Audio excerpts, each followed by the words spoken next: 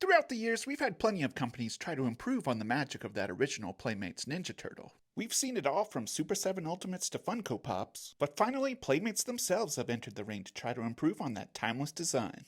These are the recently released 1988 remastered turtles by Playmates. They've been popping up at Walmarts in the US, and for me, they were pretty hard to track down. I was eventually able to find 2 in their aisle display, and then 1 more hiding out with the Mutant Mayhem stuff. And after I peeled off a giant sticker from my online Walmart order, I finally had all 4 in my collection. The packaging definitely takes inspiration from those classic card backs, with the brick wall motif, classic art style, but they've updated it a bit to be a full box with window display. Right now there are no signs that they'll continue this line past these 4 figures, but hopefully if they do, they continue this motif. But Playmates didn't stop at just updating the packaging. They've updated everything from the sculpts, the articulation, the accessories included. They added texture to the skin, and even included display bases. There's definitely a lot to look at, but I promise I'll make it quick. Of course we get the 4 classic weapons with each brother. They all have updated paint jobs, real chains for Michelangelo's nunchucks. They're all looking really good. The only slight beef I have is the color they chose for the wrap on Donnie's bow. Every other accessory in the lot matches the bandana colors of the figure, so this one's a little bit of a miss for me.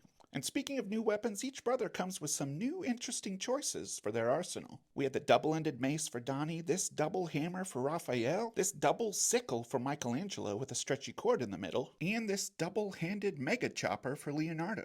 They also threw in some classic weapons that we've been seeing with turtles for years, and yes, I've already dropped these throwing stars all over my carpet. Another thing they included that Playmates also did with their sketch turtles are these interchangeable kind of modular plastic bases. They each come with a couple different accessories, some just lay right on top, some have little plugs for them, and they all rest together pretty easily to create an ongoing scene. It's not super stable, but I actually stacked them all together to create this multi-level system. It's kinda rickety, but I think it kinda works at the same time. The articulation of these figures is definitely improved based on the original 1988 design, but the joints that you see included on these are very similar to the ones you've seen on the original Mutant Mayhem figures, and even the Rise of the TMNT figures. We've got shoulder, elbow, wrist, and quite a bit of flare out at the hips. I'm pretty sure you could get this thing to sit down on the floor if you really wanted to. And if you're really into that retro style, you could get into some of those wacky bent leg poses like the original figures. The thing I saw people complain about the most with these is their ankle cut. I only really see this as a negative for photographers, so it's okay with me. The back shells have a ton of nice detail, and I for one was really impressed with the quality of the head sculpts. They have a nice 3D effect on the teeth, the eyes and the bandana are looking good, and honestly to me those noses don't look as big as some people think. Here's a quick little turnaround of all 4 brothers holding their new weapons. Even though some of these designs are a little bit out there, I think they fit the characters okay. They are definitely sticking to their theme of revamping every part of the figure, so ultimately I think the choice to include some new options was definitely a good idea. A lot of reviewers are also mentioning the skin tones and different colors of the turtles. Specifically, they mention Raphael and Donatello, but really all 4 don't really match the original figures. In the end, I don't think it was their intent to do so, so again, I'm fine with it. One thing I do probably think was just an oversight mistake was mixing up the original head sculpt designs for Leo and Donatello. They look good on their own, they just don't match the original figures. Going back to some of those other recent attempts to update the original toys, let's see how this new Playmates remaster stacks up. The thing that pops out to me when you put them side by side is just the clarity of this new figure. You can really see every detail in the face sculpt, those teeth and eyes are looking great. You can tell the faces inspire each other, but they aren't an exact copy. The proportions on the new ones are different as well, which gives it a new look and a new kind of scale. And with everything else getting an update, you knew they were going to do something to that skin texture. Honestly, some of the photos we saw made it look extreme, but in person, I mean, look at this. I don't think it's distracting at all, and it's just a fun new take. Why not update it as well?